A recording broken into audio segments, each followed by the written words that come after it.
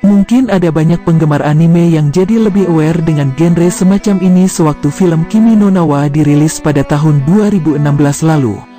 Meskipun jalan ceritanya sedikit membingungkan buat beberapa penonton, tapi menurut saya itu adalah film anime tentang perjalanan waktu dengan pesan dan filosofi yang mendalam, juga ditampilkan dengan sangat apik oleh Makoto Shinkai. Padahal, ada lebih banyak lagi film anime tentang perjalanan waktu yang menghibur juga untuk ditonton. Berikut adalah rekomendasi dari saya terkait film atau serial anime yang berkaitan dengan perjalanan waktu, reinkarnasi, atau semacamnya. Toki wo Kakeru Shoujo bercerita tentang seorang gadis SMA biasa bernama Makoto Kono.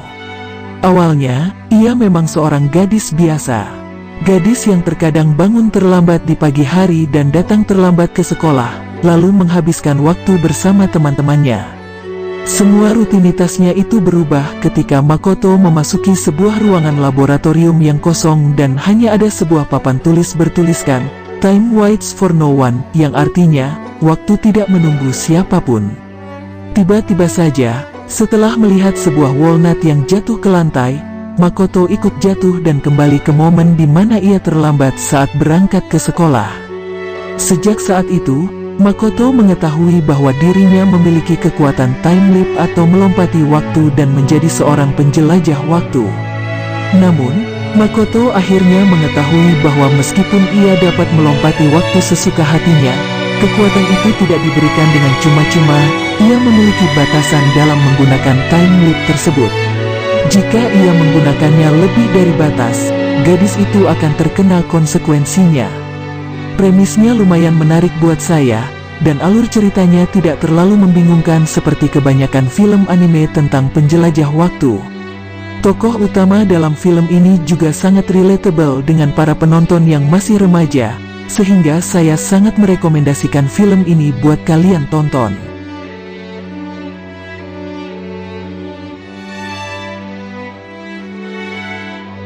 Film yang satu ini memiliki sutradara yang sama dengan film di atas, yaitu Mamoru Hosoda.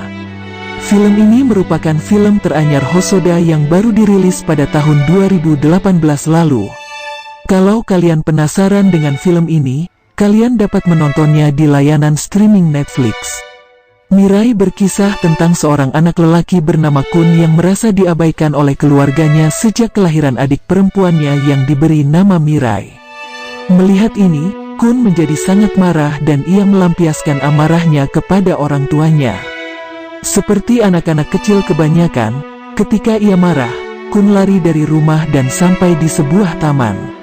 Taman itu rupanya merupakan sebuah taman ajaib, karena taman itu menjadi tempat pertemuannya dengan seorang gadis yang mengaku sebagai Mirai dari masa depan. Saya sendiri menonton film ini karena premisnya yang lumayan menarik dan mengangkat tema yang berbeda dengan biasanya, yaitu keluarga. Jarang-jarang tema keluarga dipasangkan dengan genre time travel. Ditambah lagi dengan kualitas animasi dari studio Chizu dan Mamoru Hosoda sendiri, sepertinya film ini sangat menarik untuk ditonton sendiri atau bersama teman dan keluarga.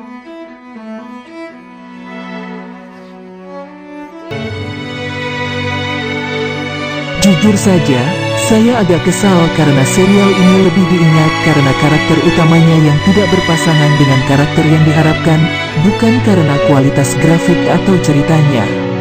Padahal, secara cerita, serial anime ini benar-benar menghadirkan nuansa yang berbeda dan rasanya seperti menonton sebuah film thriller Hollywood.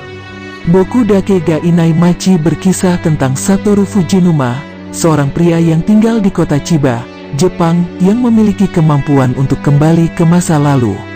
Pada suatu ketika, ia mendapati ibunya dibunuh secara misterius di apartemen mereka. Ingin mencari tahu penyebabnya, Satoru pun kembali ke masa lalu. Alhasil, ia tidak hanya menyelamatkan ibunya, namun juga ikut andil menyelamatkan nyawa teman sekelasnya sewaktu SD yang menjadi korban penculikan anak di masa lalu, Kayo Hinazuki. Sebagai sebuah serial anime bertema thriller dan time travel, saya dibuat lumayan terkejut dengan ceritanya dan juga beberapa tema yang diangkat. Tidak hanya tentang pembuktian kasus penculikan dan pembunuhan, Serial ini juga mengangkat tema mengenai kekerasan dalam rumah tangga terhadap anak. Kayo menjadi korban dari kasus ini. Orang tuanya kerap kali membiarkannya sendiri dan menyiksanya jika ada kesempatan. Bertemu dan berteman dengan Satoru mengubah dunia Kayo dan, pada akhirnya, masa depannya sendiri. Serial anime ini sayang sekali jika dilewatkan.